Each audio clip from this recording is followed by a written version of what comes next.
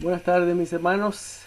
Es tiempo de estudiar la palabra. Espero que estén todos bien, bajo la bendición de nuestro Salvador y Señor Jesucristo. Estamos estudiando el libro de Efesios. Vamos al primer capítulo de Efesios. Espero que ya usted lo haya leído. Y simplemente vamos a hacer unas observaciones sobre este capítulo primero de Efesios. Para poder entender la palabra un poquito mejor y tener mejor conocimiento de ciertos términos que usa Pablo aquí en esta carta.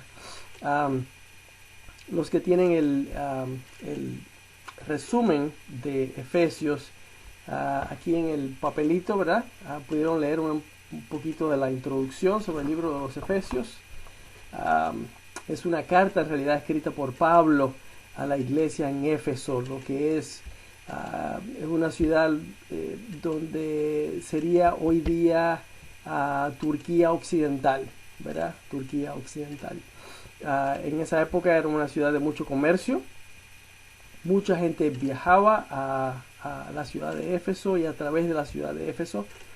Esta carta es escrita por Pablo alrededor del año 60-61 de nuestra era cristiana, ¿verdad? Desde Roma, desde una casa prisión en Roma.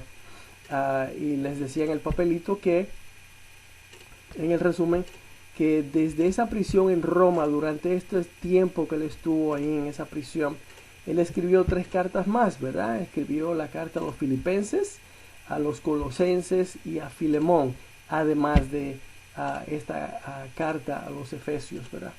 Así que leemos primeros 2 versículos del libro de Efesios. Es una introducción, se introduce como Pablo, ¿verdad?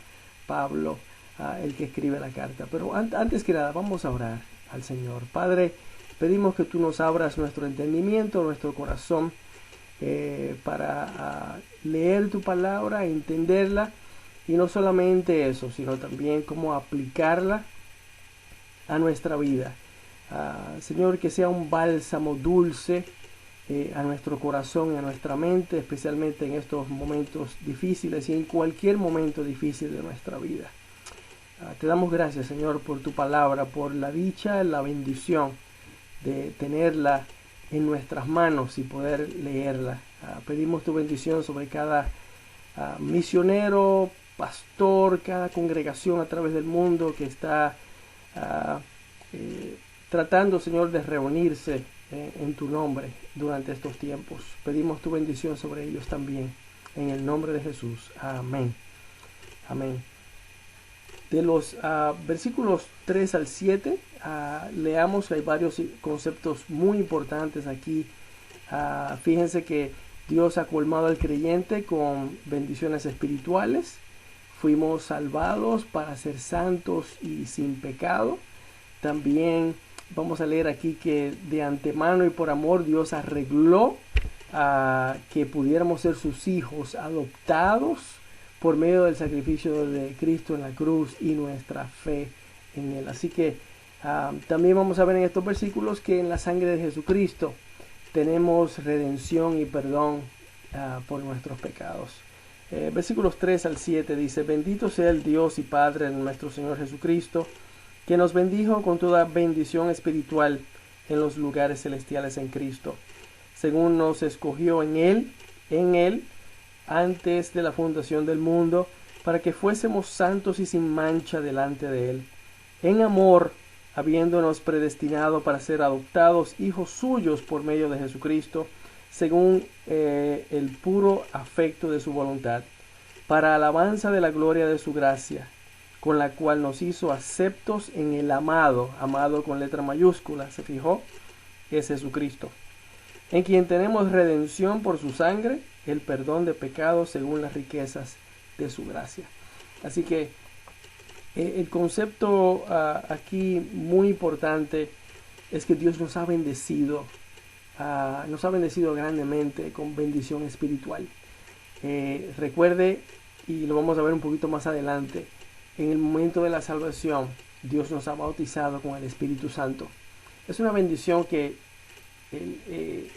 tiene demasiado mucho valor. Cada creyente, cada cristiano tiene el Espíritu Santo viviendo dentro de él. Es una gran bendición espiritual. Además de la fe que nos sostiene, ¿verdad? Dios ha prometido estar con nosotros hasta el fin del mundo. Bendición espiritual. También los talentos, los dones espirituales que Dios nos ha dado. Y cuando estamos llenos del Espíritu, experimentamos el fruto del Espíritu. Esto habla Gálatas, ¿verdad? Así que somos bendecidos grandemente en forma espiritual. El otro, eso fue en el versículo 3. En los versículos 4 y 5 habla de una predestinación. ¿Vio eso? Él nos ha, en el amor de Dios, nos ha predestinado para ser adoptados hijos suyos. Hay un malentendido grandísimo allá afuera entre mucha gente de lo que significa la predestinación. Predestinación no quiere decir, no significa que Dios ha preescogido ciertas personas para ser salvos. Y eso quisiera decir también que el Dios ha escogido a aquellos que no van a ser salvos. No es así. No es así. Eso no es lo que significa la predestinación. Dios no ha escogido de antemano quiénes van a ser salvos y quiénes no. Si fuera así, no sería justo de parte de Dios con todos, ¿verdad? Además, esto estaría en contra de lo que la misma palabra de Dios dice. Leemos en 2 de Pedro 3:9 lo siguiente. 2 de Pedro 3:9 dice: el Señor no retarda su promesa, según algunos la tienen por tardanza, sino que es paciente para con nosotros, no queriendo que ninguno perezca, sino que todos procedan al arrepentimiento. Palabras clave: que ninguno perezca, ninguno. Otra palabra clave: todos. Que todos procedan al arrepentimiento. Ese es el deseo de Dios. Ese es el deseo de Dios.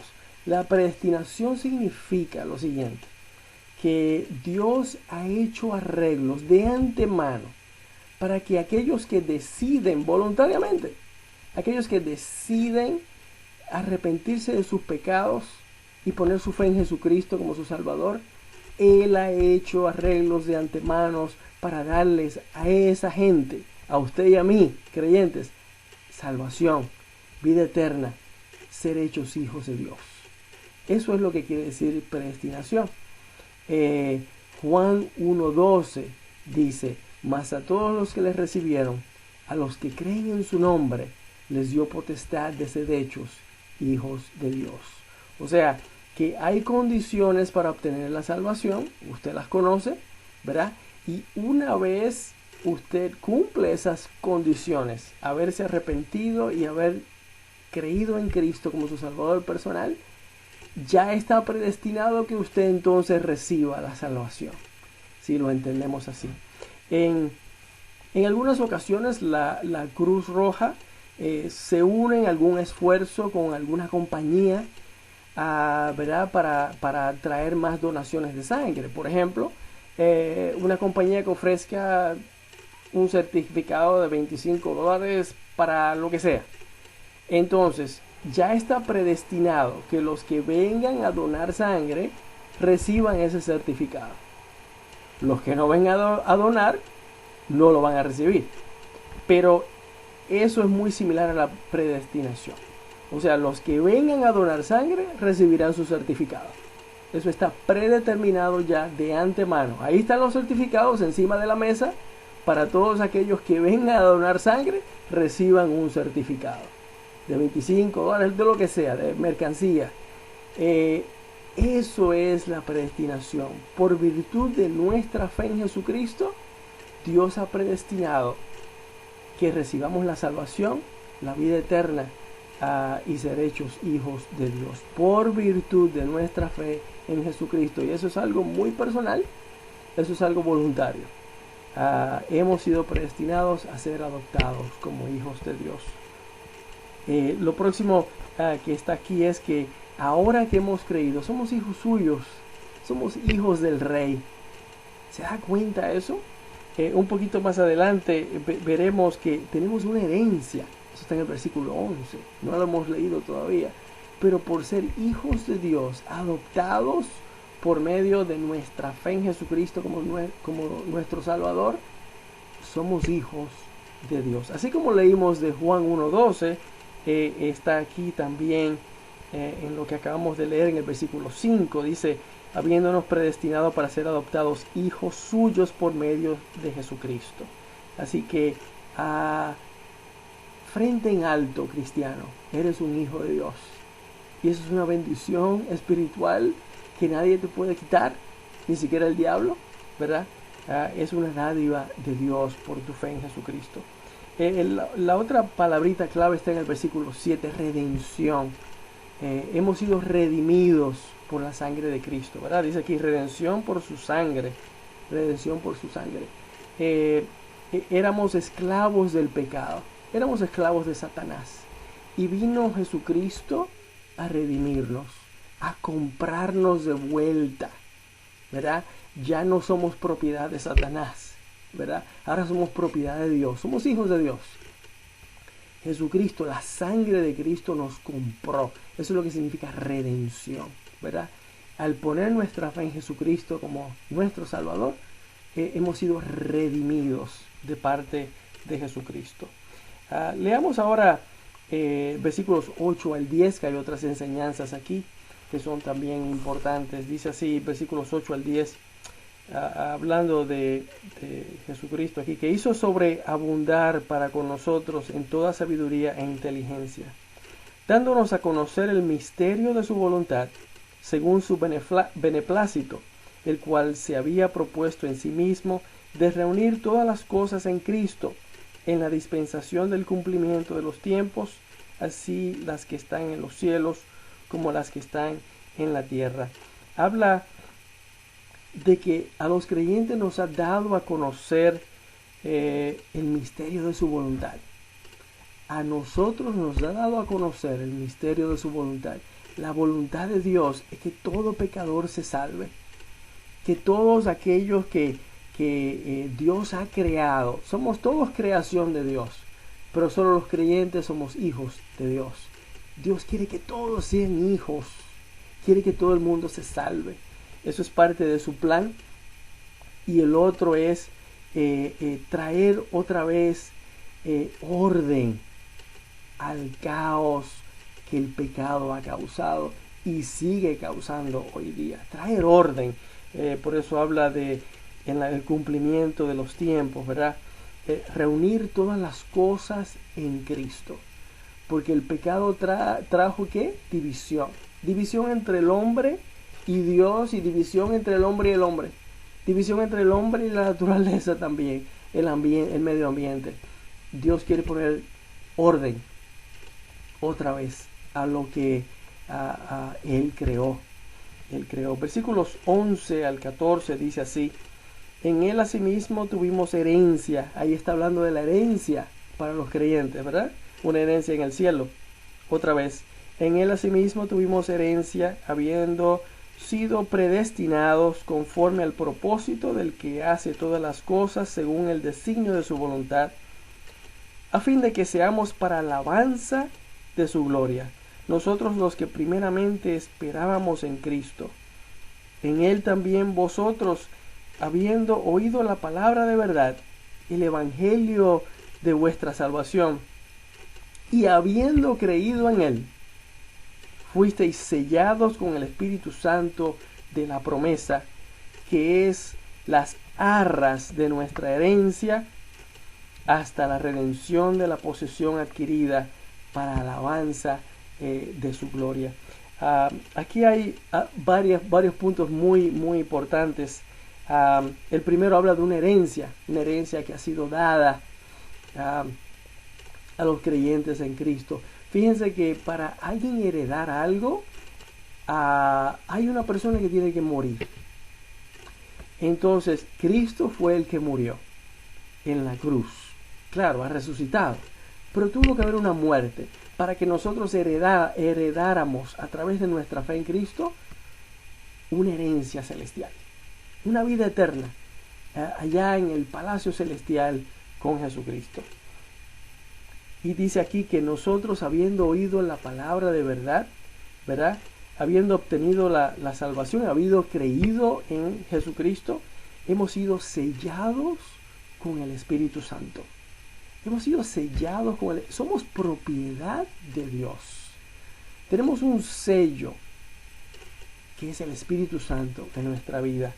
Y dice que son las arras. Arras es una palabra antigua que significa en realidad un certificado de garantía. Vaya, un certificado de garantía.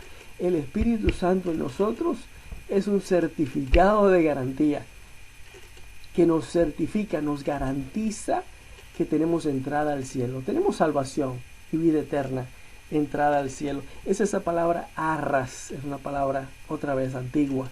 Significa como si fuera un certificado de garantía. El Espíritu Santo es el certificado de garantía de nuestra herencia hasta la redención, hasta que lleguemos allá. Así que esos son los puntos importantes de los primeros 14 versículos. Leemos del 15 al 23 para las próximas enseñanzas. Dice 15 al 23. Por esta causa también yo, habiendo oído de vuestra fe en el Señor Jesucristo, Señor Jesús, y de vuestro amor para con todos los santos, no ceso de dar gracias por vosotros, haciendo memoria de vosotros en mis oraciones. Aquí viene la oración de Pablo por los creyentes en Éfeso. Presta atención a la oración de Pablo que está en los versículos 17 en adelante. Dice así: para que el Dios de nuestro Señor Jesucristo, el Padre de gloria, os dé espíritu de sabiduría y de revelación en el conocimiento de Él, alumbrando los ojos de vuestro entendimiento, para que sepáis cuál es la esperanza a que Él os ha llamado, y cuáles las riquezas de la gloria de su herencia en los santos, y cuál la supereminente grandeza de su poder para con nosotros los que creemos, según la operación del poder de su fuerza, la cual operó en Cristo, resucitándole de los muertos y sentándole a su diestra en los lugares celestiales, sobre todo principado y autoridad y poder y señorío, y sobre todo nombre que se nombra no solo en este siglo, sino también en el venidero, y sometió todas las cosas bajo sus pies, y lo dio por cabeza sobre todas las cosas a la iglesia, la cual es su cuerpo y la plenitud de aquel, con letra mayúscula, que todo lo llena en todo. Varias cositas aquí. Fíjense en la oración de Pablo, le pide a Dios sabiduría, espíritu de sabiduría y de revelación en el conocimiento de Él, de Dios. Pide esto para los hermanos de Éfeso. Está bueno pedir los unos por los otros las necesidades físicas que tenemos, las necesidades emocionales, pero Pablo está aquí pidiendo al Señor por las necesidades espirituales del pueblo en Éfeso. Y esto me ha enseñado a mí a orar por ustedes, no solamente por las necesidades físicas de cada hogar, sino también espiritualmente. Señor, que crezcan en tu palabra, que crezcan en tu conocimiento, que crezcan en tu fe, en la fe de ellos para contigo. Señor, que sean cristianos sólidos, que puedan ellos mismos alimentarse, ¿verdad? Si ocurre ahora esto de estar distanciados unos del otro y no podemos regresar a la iglesia, digamos, esperemos que no, pero si eso ocurre, debemos todos alimentarnos de la palabra de Dios en oración a Dios. O sea, cada uno debemos ser no ya como niños que necesitamos ser alimentados por otro, sino alimentarnos también nosotros mismos de la palabra de Dios y del conocimiento de Dios. Eso es lo que pide Pablo para esa iglesia de Éfeso. Y qué lindo, habla de un poder, fíjese versículos 19 y 20. El poder que resucitó al Señor, resucitó a Cristo, ¿verdad? Ese poder está en nosotros, en la persona del Espíritu Santo. Está en cada cristiano, en la persona del Espíritu Santo. Si no estamos llenos del Espíritu, estamos flaquitos, estamos débiles de poder espiritual.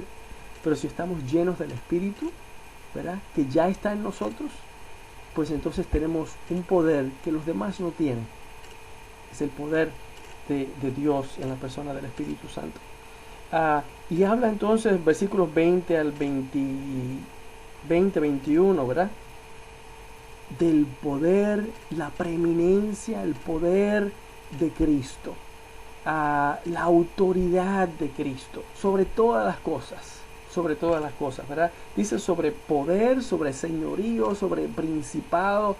Mire, Jesucristo está por encima de todo lo que hay en esta tierra, sobre el mal, sobre los demonios, sobre Satanás. Él tiene poder. Así que si nos aferramos a nuestro Señor Jesucristo, nosotros no tenemos de qué tener miedo. Sí, es bueno que usemos las máscaras, es bueno que usted se cuide. Esa es nuestra responsabilidad como cristianos, y lo demás lo ponemos al Señor, ¿verdad? Cristo está sobre todo, está sobre todo, sobre cualquier problema. Nuestro Señor está sobre él. Cualquier mortandad, nuestro Señor está sobre esa mortandad.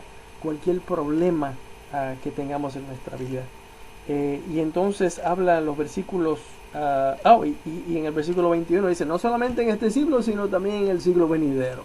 O sea, el poder de Dios sobre la maldad y sobre todo en este mundo, y las huestes celestiales y las huestes de maldad, ese poder no termina. Ese poder es eterno, es para siempre. Agarrémonos de ese poder de Dios y descansemos en el poder de Dios.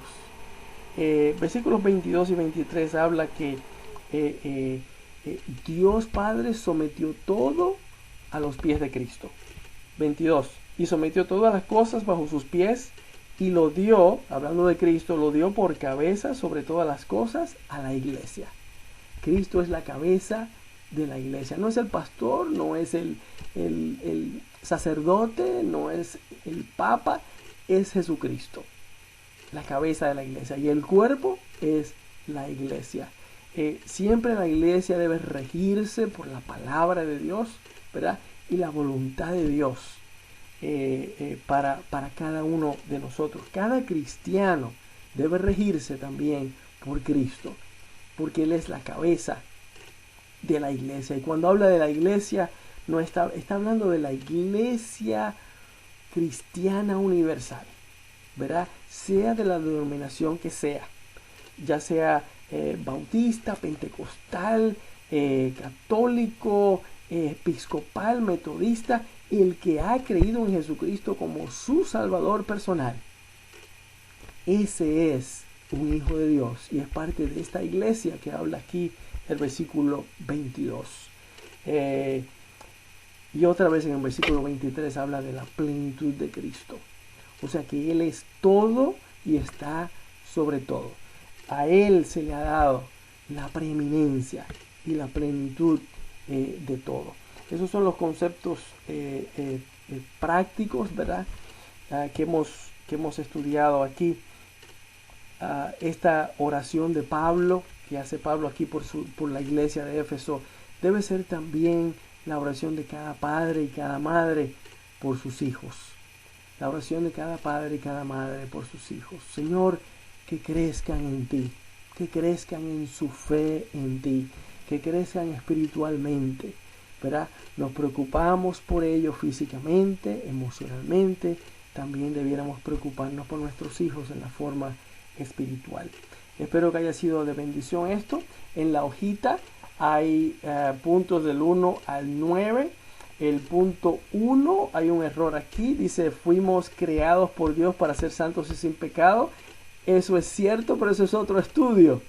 Lo que debe decir ahí es que fuimos salvados para ser santos y sin pecado. Y se supone que al lado de cada uno de estos términos que usted ve aquí del 1 al 9, usted ponga el versículo donde está. De aquí del capítulo 1, ¿qué versículo corresponde a ese número, ¿verdad? A esa enseñanza? Por ejemplo, la primera dice, fuimos salvados para ser santos y sin pecado. Eso está en el versículo 4. La segunda dice, Dios ha colmado al creyente con bendiciones espirituales. ¿Dónde está eso? En el versículo 3. Allí usted pone versículo 3. La tercera es, en la sangre de Cristo tenemos redención y perdón de pecados. ¿Dónde está eso? Versículos 6 y 7. En la sangre de Cristo. Número 4 dice, de antemano y por amor Dios arregló que pudiéramos ser sus hijos, adoptados por medio del sacrificio de Cristo y la fe en Él. Eso está en el versículo 5. Habla de esa predestinación que hemos explicado anteriormente, ¿verdad? El número 5 dice, al creer en el sacrificio de Cristo por nuestros pecados, Dios nos selló con el Espíritu Santo, garantizándonos una herencia celestial. ¿Dónde está eso? Versículos 13 y 14. Habla de que el Espíritu Santo es un sello, ¿verdad? Nos sella. Hemos sido sellados con el Espíritu Santo. Número 6 dice, Dios quiere que la vida, el testimonio de cada creyente sea para la alabanza de su gloria, de parte de todos, creyentes o no. Eso está en los versículos 6 y 12. Versículos 6 y versículo 12, ¿verdad? Dios quiere que nosotros seamos para la alabanza de su gloria. O sea, que nuestro testimonio sea para alabanza de su gloria entre todo el mundo. Que todo el mundo vea, ¿verdad? La gloria de Cristo a través de nosotros, de nuestro testimonio. Número 7. Dios reveló al creyente su voluntad, que es rescatar a todos los pecadores y traer orden al caos que el pecado causa. Eso está en los versículos 9 y 10, ¿verdad? Que Dios nos ha revelado a cada creyente su voluntad, ¿verdad? La voluntad de Él para el mundo. Número 8. Cristo resucitó y reina con el Padre. Él tiene la preeminencia sobre todo lo creado y sobre todo el mundo. Punto. Eso está en los versículos 20 al 23 que acabamos de leer. Número 9 dice Pablo, ora que Dios les dé sabiduría en el conocimiento de Él. Eso lo vimos en el versículo 17 aquí del primer capítulo. Y yo añadí un décimo que no está en la hojita. Cristo es la cabeza de la iglesia es su cuerpo, en sentido metafórico y práctico. Eso está en los versículos 22 y 23 que acabamos de estudiar. Cristo es la cabeza de la iglesia. Así que hasta aquí la lectura y el estudio del capítulo 1 y seguiremos en los próximos días con el capítulo 2.